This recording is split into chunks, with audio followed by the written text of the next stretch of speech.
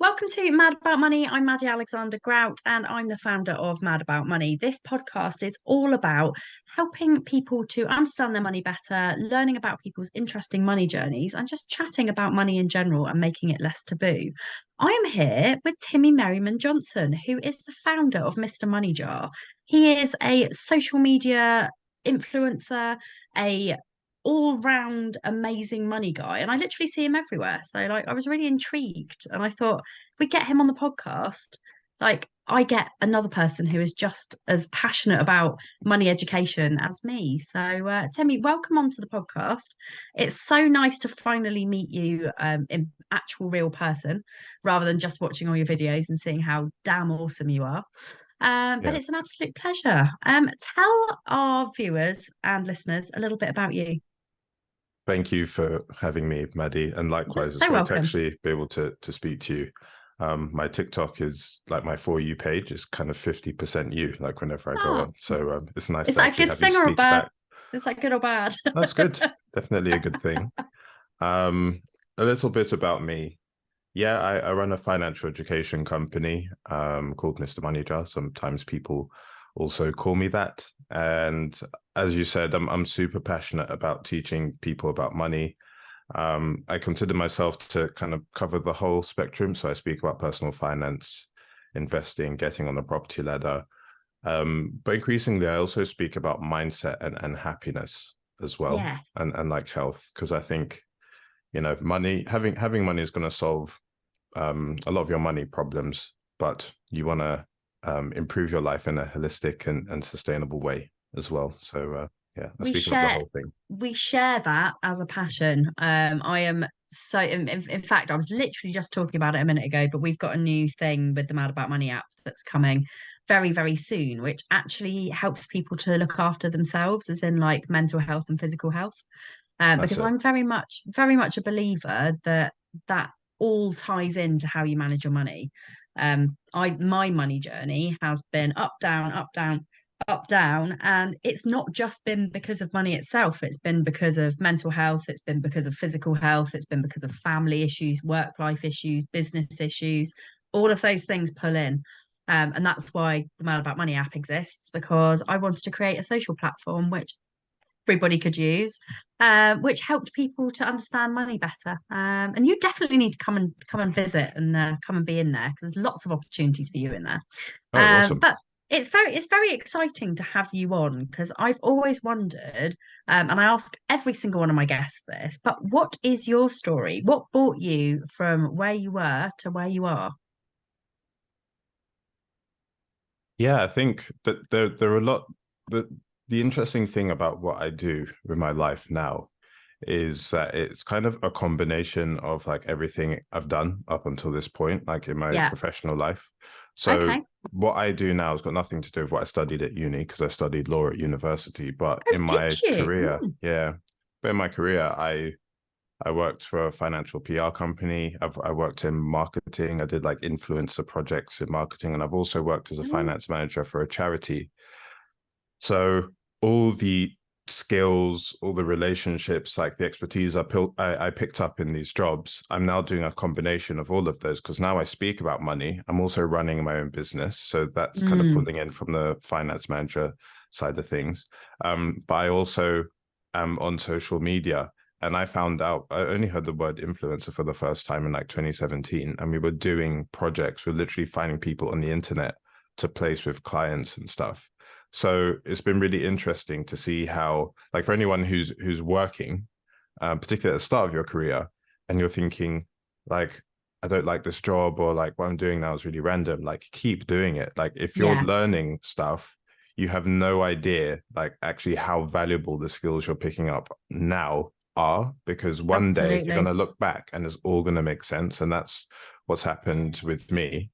But also, yeah, as a young person, I had questions about money. I was very interested in particularly wealth building, like getting on the property ladder was like a big goal of mine when I was in my 20s. And the numbers just weren't adding up. I was looking at how much I was earning every month.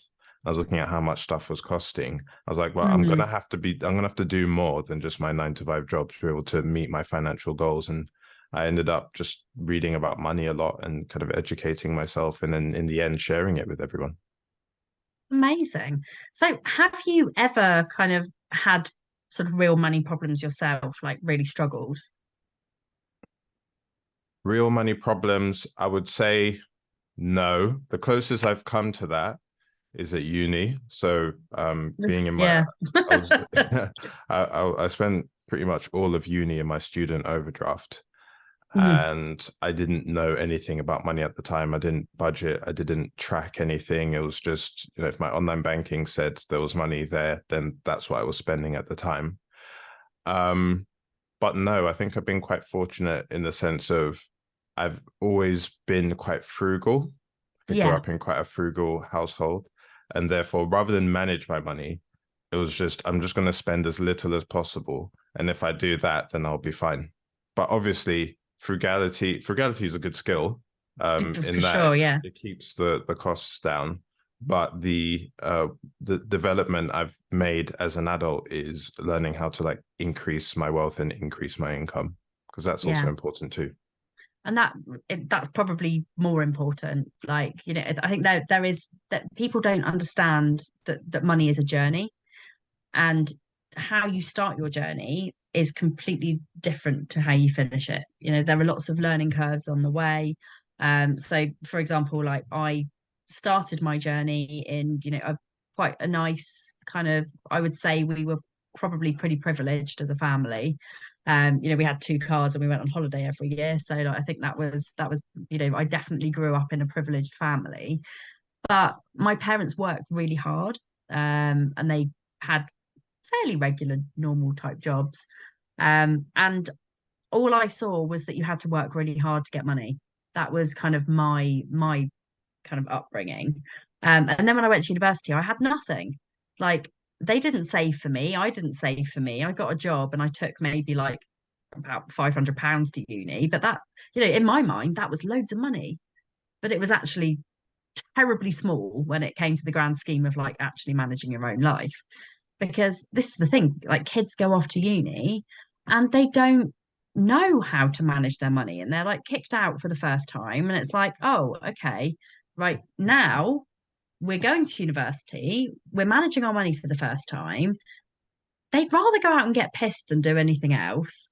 And actually, that's when the problem starts. So it's educating people before they start managing their own money. That's really when the important part comes in, so that they don't get into debt in the first place. They don't struggle with money management. And that way, they can start growing their wealth earlier on. And this is where I think, we very much differ. Like, I am not somebody who is focused on building wealth because I've never had it. I've never been kind of, I've You're personally not focused on building wealth personally, right now. no, no. I mean, I want to. Who doesn't? Yeah, yeah. But I'm just very much a like. I like to live in the now. Hmm. So I save for things that I want to buy that help my life to be more nice. Mm. So like, the odd McDonald's breakfast. We talked about this a little bit before we came on. It's given me the driest mouth ever. I'm gonna have some more water. Um, what we don't realize is that McDonald's is great. Like the idea of a McDonald's is really great. Like, I mean, I actually did get my breakfast for free this morning because I used McDonald's rewards points. Hmm. But it didn't taste as good as I wanted it to in my brain. But this is the Yeah, no. thing. I budget and I save for things that I enjoy doing. Like I love going to festivals. I love getting beauty treatments done. I like going on holiday. I like doing like all of these things. Planning for the future, I am bloody shit at. Not gonna lie. That's Awful. that's all very, very interesting. Mm. I'd like to come back to that, but I had a Yeah. question about you and like your upbringing. And this is actually Yes. a question that came from a podcast I did last week. Okay. I did it with an American host. It was very interesting, and Ooh. they asked me about the class in the UK, and like, are there clearly defined classes? And Yeah. I said this. I said that there is a class system, and but it's very like it's hidden in plain sight. Like maybe I'm Hmm. kind of asking if you agree with this. So I said Yeah. that there's clearly a class system. Like we have a royal family. There are different stratas of Yes, society. yes. It's kind of hidden in plain sight. If you're working class, there's almost like a sense of pride around being working class, particularly if you achieve conventional success later on. You kind of say, you know, I grew up, I worked really hard, I came from nothing. Then there's kind of like an upper class who I think like quietly sort of keep it to themselves. Like Rishi Sunak, for example, famously said that he didn't have any working class friends. So obviously he saw himself at that time as upper class. But I just middle see him class, as a jerk. yeah. I Yeah, mean, but yeah, no, I totally get where you're coming from there. And then there's like the but middle the kind of. middle class. So my question is, because I said this, I feel like there's like shame in being middle class. I've never heard Yes, anyone proudly identify as being middle class before. And like, yeah, would you say that you had a middle class upbringing? yes, yeah, I would very But much would so. but Yeah, would you have identified as that no, at the because it was time? kind of embarrassing. It was Yeah, almost like, yeah, and I get what you mean, because it's like the middle class, like we were. I mean, we weren't rich by any stretch of the of imagination, but course, we yeah. did okay. Mm. It was very much like, I think a practical, like I think my parents only had two cars because they both drove to different places to go to work. So that was like, they're going on holiday every year. My grandparents, who were most definitely middle class, and actually my grandpa was actually a multimillionaire. Through work, he grew up on a council estate. There was no airs or graces. Just he just landed on his feet. He went to university. He decided to start his own business, and then he ended up supplying the lighting for the Eurostar, for the underground tunnel. And he made Oh, his millions that way. he did a So great job. he did have a very good job, and he was in the right place at the right time, and he was I a meant with schmoozer. the lighting. Yeah. So he did really, really bloody well. But we never really saw any of that. So I'm pretty sure my mum did, but we didn't as children. And even to this point now, it's like my grandma is still very much alive, and kicking, and I think she'll probably live to be like 150. She's just one of those women. She's very Mm. determined. Hmm. But we didn't, like, I think we were just very, very lucky that our situation was kind of brought around by that that kind of situation with my grandpa. um but we lived in a village. Village life was actually quite segregated. There were definitely two classes in the village. There were the middle class people who didn't live on the council estate, and then there were the council estate people who lived on the council estate. Um and it was very, in fact, our village was like, there was middle, over, and up, and nether Wallop, weird place in the south of England, if anyone's ever heard of it. It's called And Wallop, Wallop, yeah. So there's Nether like to Wallop, hit someone. yeah, Nether Wallop, over Wallop, and Middle Wallop. Okay. So Nether Wallop was the posh, like the really posh bit. It was like a really nice, like all the middle class people lived there. Then you had Over Wallop, which was where the council estate was, and there was like one road where I lived, which was quite nice. And then Middle Wallop was the army base. So we had quite a segregated kind of upbringing in terms of like what the class system was. Um, and I remember very distinctly the other middle class people being like, you can't play with the council estate kids. But I was like, but they're my friends. I'm going to play with them, and I want to play with them. So I did. And my parents were never like, oh, don't go and play with them. They're like riffraff or whatever, because they weren't. They were just kids. Like, there was very much very much a class system when I was growing up. I think less so now that I've moved into a city. I think cities are slightly more, no, like, I think because everybody goes to the same schools, and like, I mean, unless you go to private school, in which case you're definitely very middle class. Like, but God, who knows anybody who can afford to send their kids to private school nowadays? Like, crazy. But So yeah, my question was going to be the kind of the shame associated with being middle class and of coming from a privileged background. People, like, I often speak to people and they'll be like, yeah, I did come from a privileged background. Just want to kind of acknowledge that. Like, where do you think that comes from? Why do you think people feel that way? I don't know. I mean, I think the word privilege has a negative connotation around it nowadays. Hmm.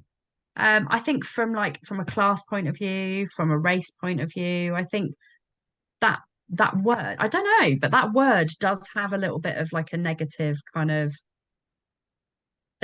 thing. Like Um, it almost suggests that you're benefiting from something that you didn't work that for. you didn't, yes, yes, I Yeah. think possibly. It's almost like people who have been born into money, but I would say Mm. people who have been born into money would be more like upper class kind of. Yeah, but they don't have that shame aspect. They're almost like, yeah, like They're my proud of parents are being rich, rich, like, right? yeah. Yeah. Yeah. So yeah, it's just a question that I had that I think there's something interesting going on there because so like surely if you don't have a lot of material wealth, um, like trying to better yourself, and like crucially, like the people around you. So I was speaking to a friend last week, and we were talking about like wealth and how it can feel like having money can feel like a bit of like a dirty word, like a A dirty shameful concept, thing. the same Mm, thing. And because this is me addressing your point about not like building wealth and living for the now. mm, Um, I said to him, like, look, thing is, if you become wealthy, it isn't actually just about you. If you become a wealthy person, you and all of the people around you in your immediate circle will never have to benefit. struggle financially. Yeah, Mm, like, and that's not just holidays and like driving two cars. That's like if anyone needs like, comfortable. yeah, if anyone needs like health care, if you want to fly your grandparents over and have them come visit, like you having money Mm, will enable these things to happen. You'll be able to give to causes you care about and stuff. So I kind of want to, I guess the reason why I'm saying this is I kind of want to take the shame out of like wanting to yes. better Yeah. yourself financially, as long as you do it in a way that's like ethical and Absolutely. Do you know, makes the I world a better place. I say go for it. it's a really interesting thing to ask as well, because actually, um, my background, my dad went bankrupt when I was about 15, 16.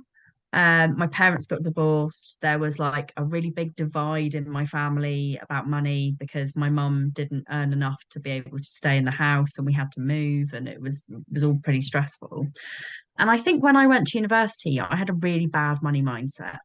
It was like I had a lot of stresses going on in my life, and actually money to me, like whenever I got money, I was like, no, I want to get rid of it. I want to get rid of it. And I still, to even to this day, I've still had hurdles with that. And Mm-hmm. but I have had like timeline therapy and like some actually I've had some counseling around my money because I think although when I say I'm not building wealth, it's I guess at the moment because I've got a startup. Startups don't pay very well, if at all.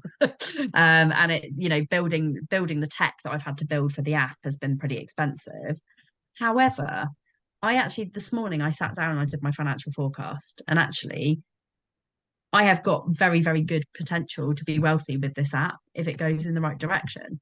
And I'm excited about that. I'm really Mm-hmm. excited about that. For the first time in a really long time, I've actually felt really positive about money. And that's the thing. It's you know you can flit on days. If something bad happens with your money, then I've always had, and most of my life has been a really negative experience with money. I've been in lots and lots and lots of debt. I paid it off. I saved enough money for my house, which was great. Moved into my house, had children, then became a pauper because children are so bloody expensive. But that was where my money saving journey came on. That was where I basically became a really thrifty shopper. I didn't shop anywhere unless there was a discount attached to it, which was why then I went and started my old business. When my old business went under, that was then when I ended up in debt again. And that was actually quite horrible, having already been in the debt situation. However, I felt more control, like I was more in control of it. Like even though I knew that I was in debt, I knew how to pay it off. I knew that I was managing it in the right way. I knew that I was in control. So from a mental health perspective, it didn't damage me as much as the first time. Um, this is supposed to be my podcast. This has gone the other way. No, I quite like it though. This is a really interesting conversation. we're just talking here. Yeah, I It like it. sounds like you made Yeah. the shift from like being in debt to having debt, which are like two completely different things going on there. Absolutely. Yeah. Being in debt is like a moral issue. It's like, I've done something wrong. It's like almost like being in prison, whereas having Yes. debt is just something that you have that you're kind of It's managing and paying off. yeah, when you realize that money is a commodity and it's just something that you swap for other things, for goods or services, and actually it doesn't own you, it doesn't control you, Mm, it's so much less stressful. yeah. Like actually thinking about the fact that like as long as you're repaying your debts and you're not, you're not getting into the situation where you've got bailiffs knocking at your door, which I did last time, which was horrific, um, then it really shouldn't have that much of an impact on you as long as you are servicing it in the right way and you're working towards your goals, whatever your goals may be. it's it's taking that fear out of it, isn't it, rather than saying you're in debt rather than you have debt. I Yeah. think that is a really good way of looking at it. Yeah, but the thing is with the current financial system, and I think that we'll look back on this time and we'll be like, oh wow, how did we ever make the system in this way? Um, having money is currently tied to survival. And that's why Mm, it's so stressful. yeah, So if it was a case of like, yeah, you just have debt and you pay it off, and then it didn't affect things like your ability to feed yourself, put a roof over your head, absolutely. pay Yeah, for yeah, your yeah, bills, feed yeah. your kids and stuff. This Mm, is why it becomes so emotional, because it's tied to like really basic like biological human needs. needs and yeah, And I think if I was to iterate upon the system, because I went through a phase of like, yeah, we just need to destroy capitalism, just like burn it down, whatever. I actually believe in just like improving upon what we already have, because actually the current yeah. way of doing things has given us a lot of good things as well. Like this podcast we're speaking on, like we're speaking to each Mm, other, like remotely, blah blah. But yeah, if I was gonna iterate on it, I would say that the least well-off people in a society should at the very least be able to live somewhere and feed themselves and clothe themselves. absolutely. Yeah. If that was the standard by which we measured a society, then yeah, be as rich as you like. Like the worst off person has a house and has food and can pay their bills. So yeah, if you want to become a multi-bajillionaire, go for it. But right now, it's like you have some people that are just making so much money, like they couldn't even possibly spend it within 100 lifetimes. And you got some Mm, people that are on the street. And that's why not having money is so stressful. And that's something that I yeah. think we need to fix.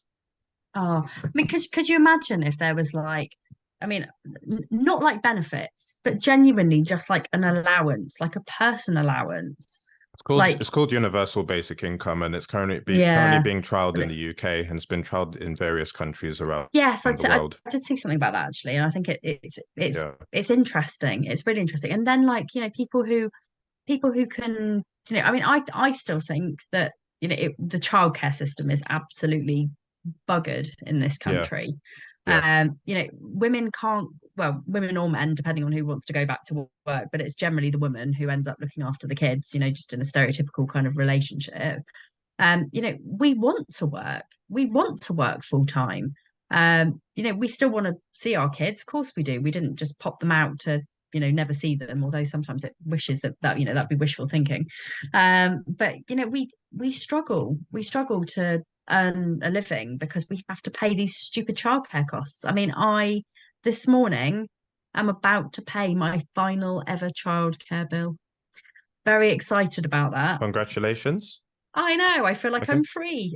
Yeah. However, it's going to come with like, there's going to be other things that are going to come after that. Like, there's going to be after school clubs, there's going to be holiday clubs and things like that. But the majority of my income, I spend £700 a month minimum on childcare.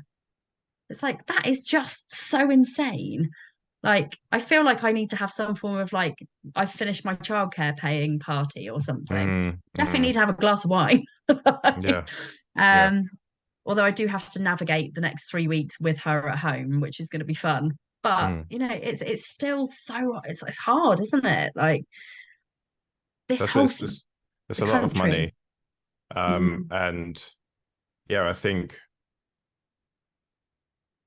yeah, we haven't decided like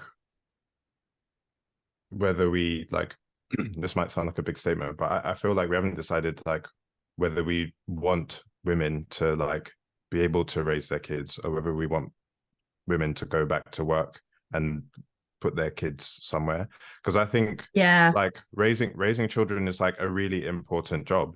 If you look at like the childcare reforms that came in April, the whole like by 2025 children up to the age of 3 years old will get like free childcare and stuff. That policy seems to have been made to allow mums to go back to work and stuff, but I think there should be balance. I think like raising Yes, kids and having time with kids is also important as well. it is. Yeah, it is. And I think maternity pay should be longer Hmm.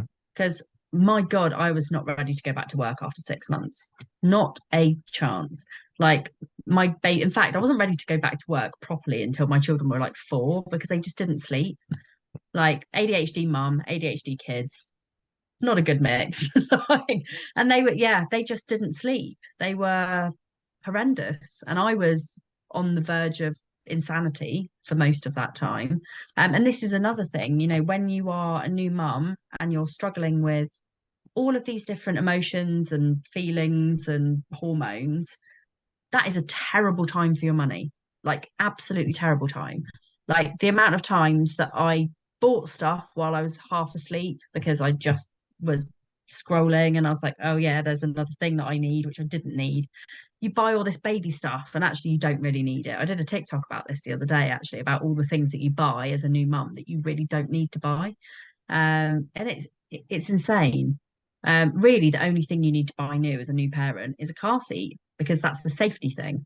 And a Moses basket if you're going to buy one, but I would say don't bother because they're going to sleep on you anyway. Have you got kids? No, I don't have any children, but kudos to everyone who's doing it. It They're looks expensive little beasts. it They looks like really a are. really tough job, but it's a really important job. You know, It is. Yeah. I'm 16 and a half years older than my youngest brother, and he is such a great kid. Like I wish that I was like him when I was his age. And Yeah. I credit my mum with a lot of that because he is kind of like I've got two brothers, one's 30, one's 17. So me and the 30-year-old one obviously grew up, moved out.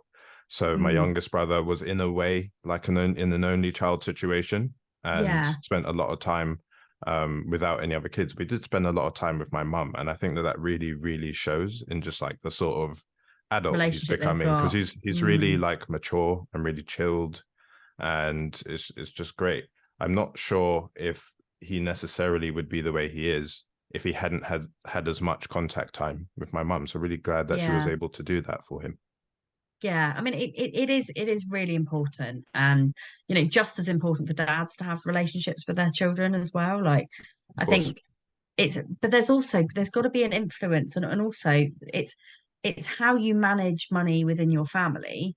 It's how you talk about money around your kids because that's really important. I've been like educating mine on different types of money, but even like my kids know that if you go and you tap your credit card on something, that's actually money coming out. Mm, And like I show them what goes on in the back end and what, so they can see. Because otherwise they're like, oh great, you get to tap a bit of plastic on something and walk away with something. That it doesn't make sense. yeah, But it probably makes sense to them because that's how they've grown up with it. yeah. Um, my kids see and feel and work with normal money because I feel like even if we go into a cashless society, what are your opinions on that, by the way?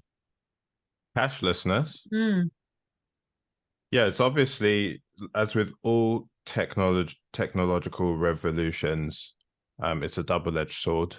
It mm, is it's really really seamless. You know, I remember back in the days of like single and adult fares on the bus, like 40p for a kid, 70p for a yeah. adult, and like you'd get there, you'd pick your coins out, you'd like clink them down, and then they'd print out a ticket for you. But now you just kind of tap your phone, and I don't know what they'll have in the future. Maybe it'll scan like your iris or something when you get onto the I bus. mean, I that don't would know. be, I wouldn't put it past it. I mean, there's got Yeah, to be some weird, if you think about how we are now to how we were 20 years ago, yeah. like it's crazy how technologically involved, it's a mouthful, isn't it? Yeah. How tech advanced we are, like Yeah. mental. Or if you or probably what would be most likely for stuff like that is, I don't know if you've ever been to an Amazon Fresh store before. No, I haven't actually. No. Yeah, so Amazon stores, they've got supermarkets. I've seen quite a few around London. They may be elsewhere in the UK, but essentially, it's like Mm, if you were to mix Uber with shopping. So you go in to the store, you scan the yeah. QR code at the gate, and then there's no tills. So you just pick stuff off the shelf, and then you leave, and then it charges you. There's So two weird. Yeah, there's two very bored-looking security guards at the door, making sure that people scan their QR codes. And if you look at the ceiling, there's just like tons of cameras, and it just knows what you've picked off the shelf and stuff. So I would imagine That's like public transport insane. or the trains might become like that. Just get rid of the barriers and just have sensors and stuff. But to answer your Yeah. question, what do I think about cashlessness? Yeah, it's made things quicker, more accessible. But as you said, it now takes just the same amount of movement, the same amount of energy to spend Mm, £5, £50, £500. Like particularly if you're doing it on yeah. Apple Pay or Google Pay, there's no like limit to how much you can spend on those versus Mm, contactless. So when you're teaching kids about money, I think it makes it even more important to go, almost like if you're gonna teach, even though an adult will probably spend most of their life typing on a keyboard on average, it probably still makes sense to teach them handwriting just so they know what the original like thing was. yeah. And I think the same is the case with money. Even if they will probably end up being cashless for most of their life, like I don't know, get the Monopoly board out, like get paper notes out and just be like, yeah, this is Got him here. oh nice, yeah, I'm like all over it. All this is over what it. this is what we used to do in the 90s, Yeah. kids. Like, Yeah. yeah, And that's the thing. I mean, I think that I learned quite a lot about money management from Monopoly in general, and actually just playing with play money. It yeah. was the thing that I kind of just yeah, I just remember doing it. I had a till. I had a little till with like a little lever Mm. and like loads of play food, and we just used to play. And I loved doing that as a child, and that's kind of what I'm teaching my kids now. So we work with this Poundland paper money, and we've got like these little coins and stuff that we That's that we cool. use, little gold, Nice, and then nice. yeah, we swap them about between each other.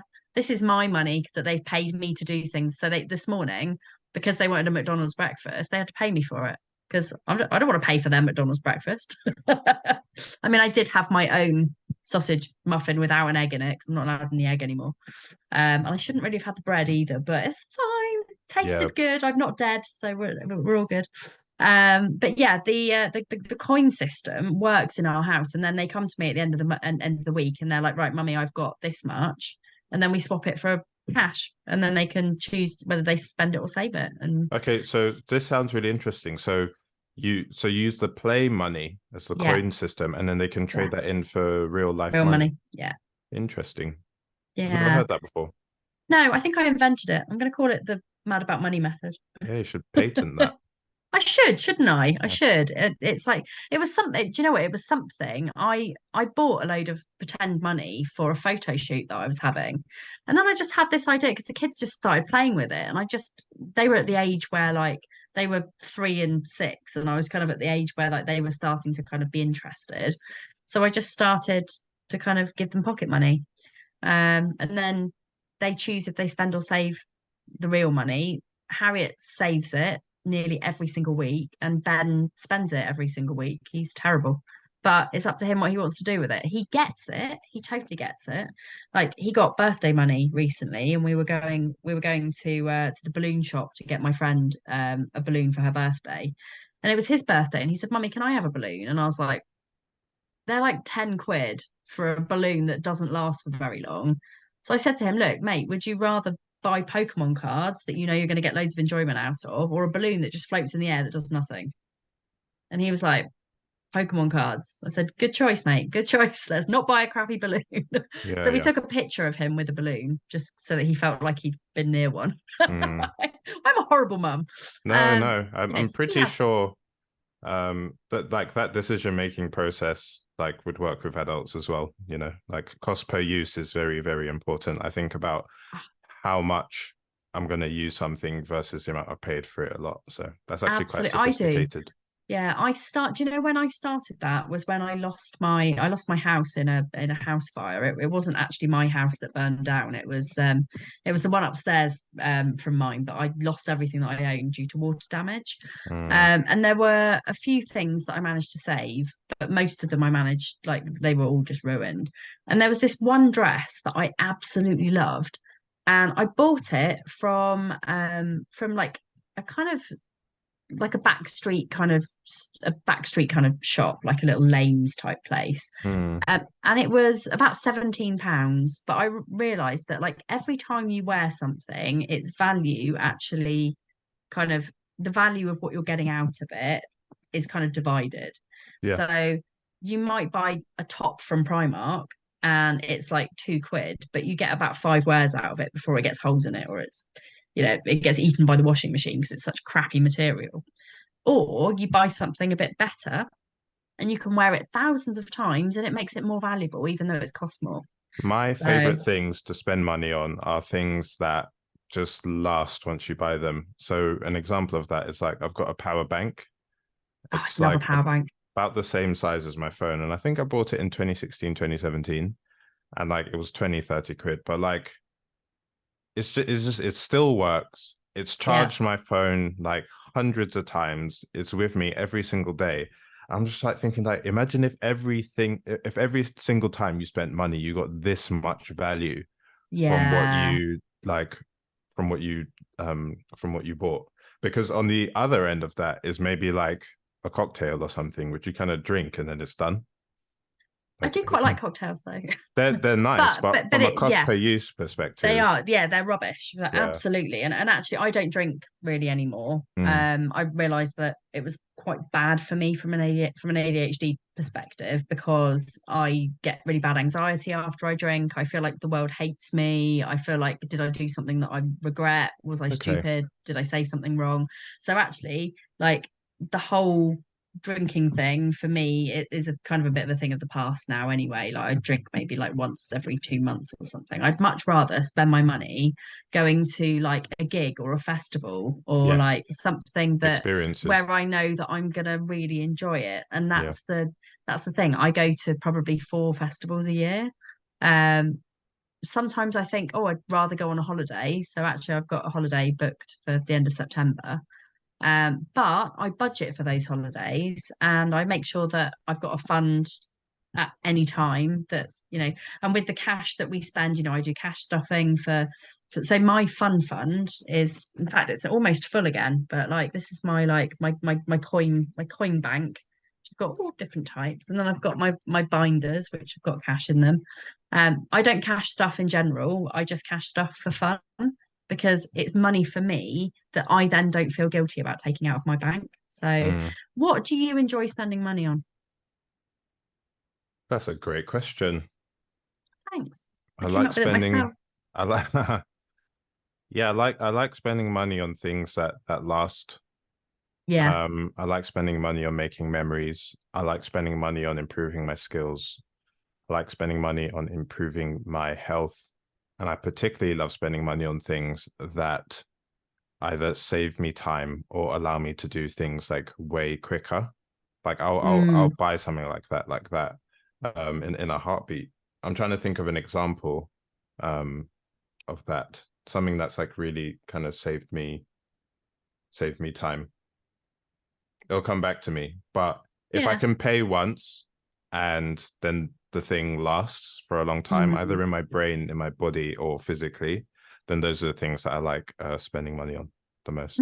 that's a really good rational way of thinking about spending money, Mm, because it's got to add value to your life. If it doesn't add value and it's just something that you're buying because it's something you've seen on bloody Temu or Sheen that's just popped up on your Facebook, that's not going to add value to your life. yeah. It's about making that decision. That it's about the decision making process, isn't it, on how you spend. It is Yeah. really interesting. I thought of an example. So this was like a couple years ago. I was in the airport, really long queues at security. Looked like we may have missed our flight at the time. So looked in the Ryanair app, and speedy boarding or like priority boarding was like £10.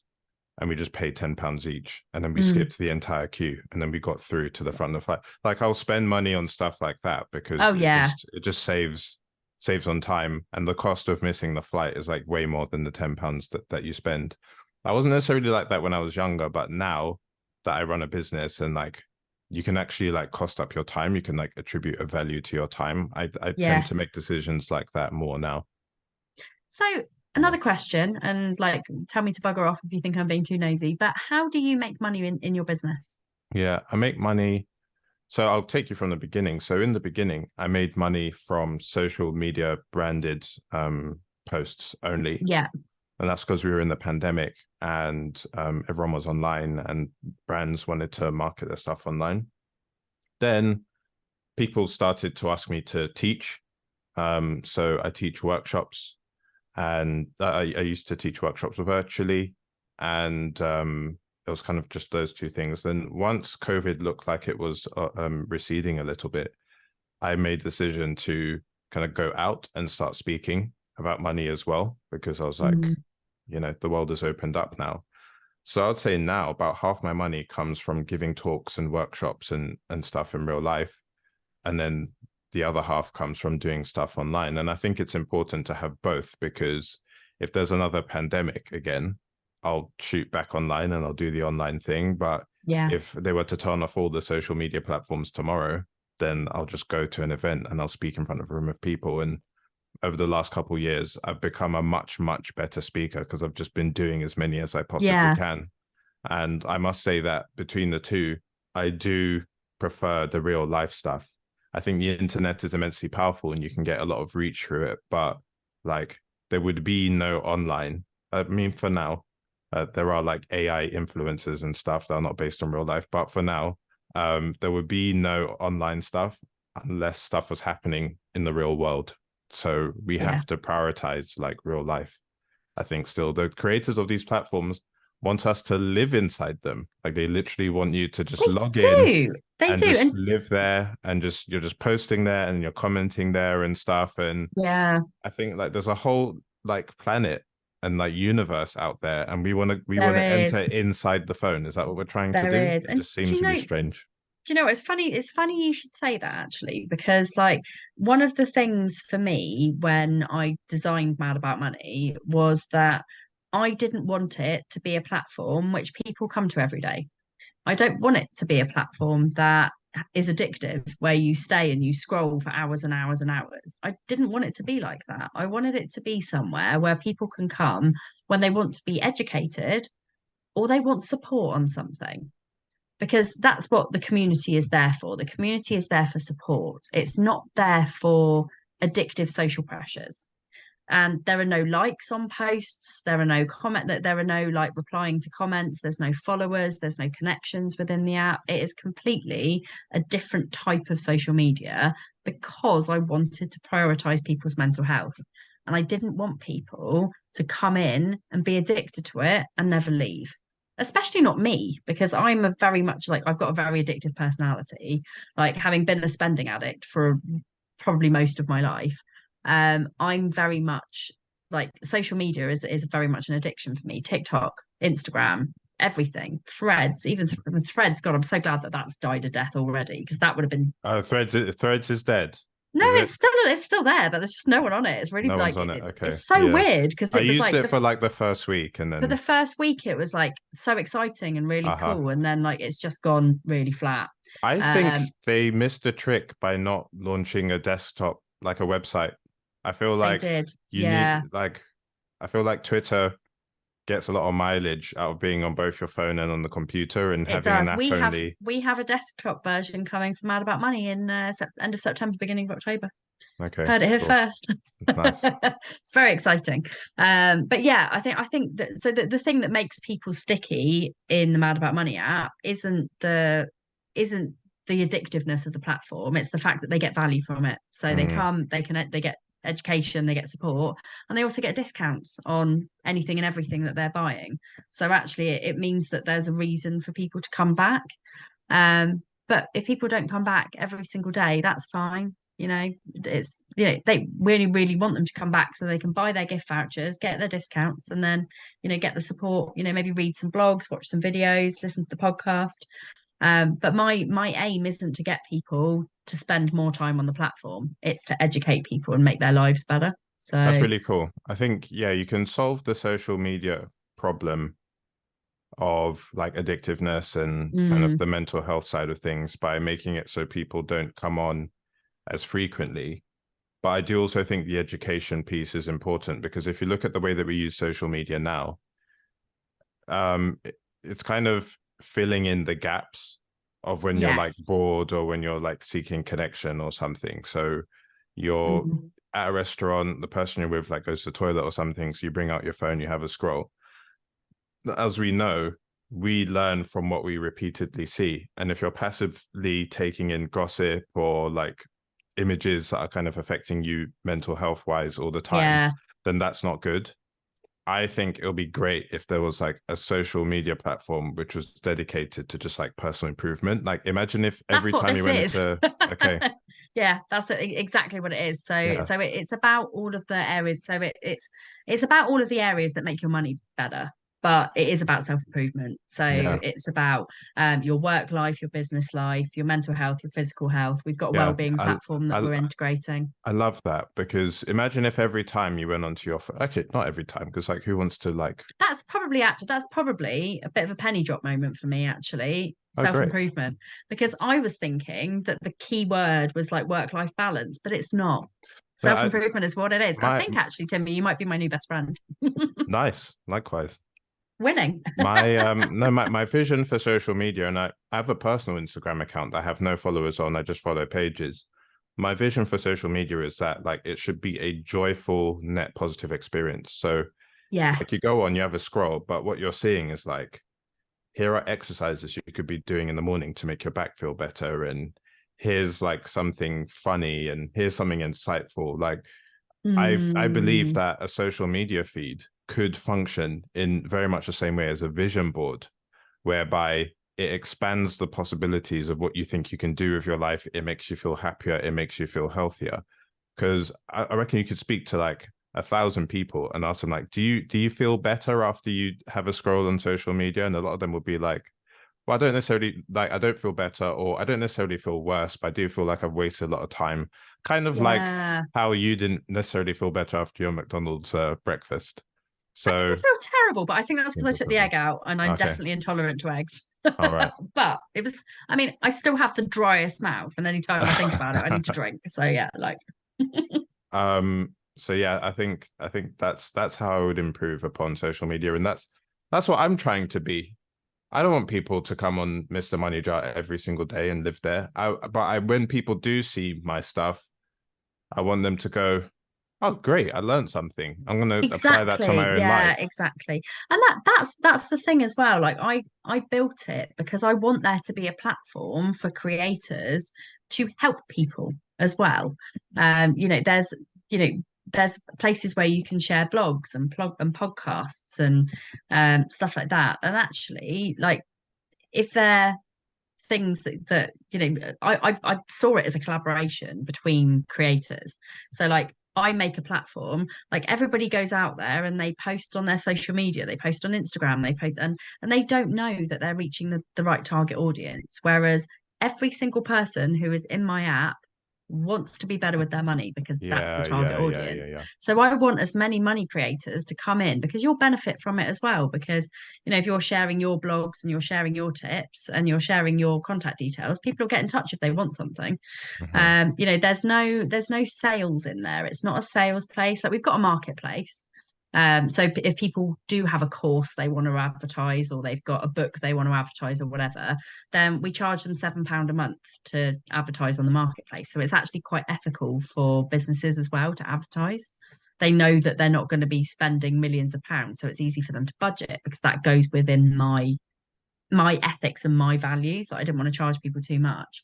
But in terms of like posting blogs and content and stuff, like it's a place where I want content creators like you to be coming and sharing their stuff because it helps the app to be a better place. Like it's it's another social media platform, but it's a social media platform that has a purpose. And that I'm very, very passionate about because of all of my ups and downs in my journey. Yeah, It's meant a lot to me to kind of create something that helps more people. And also for anybody who registers, we do monthly cost of living giveaways. So we put everybody into a draw so you can win £150 worth of gift vouchers. So you can get your weekly shop for free. So there's like a nice reason to come and download it as well.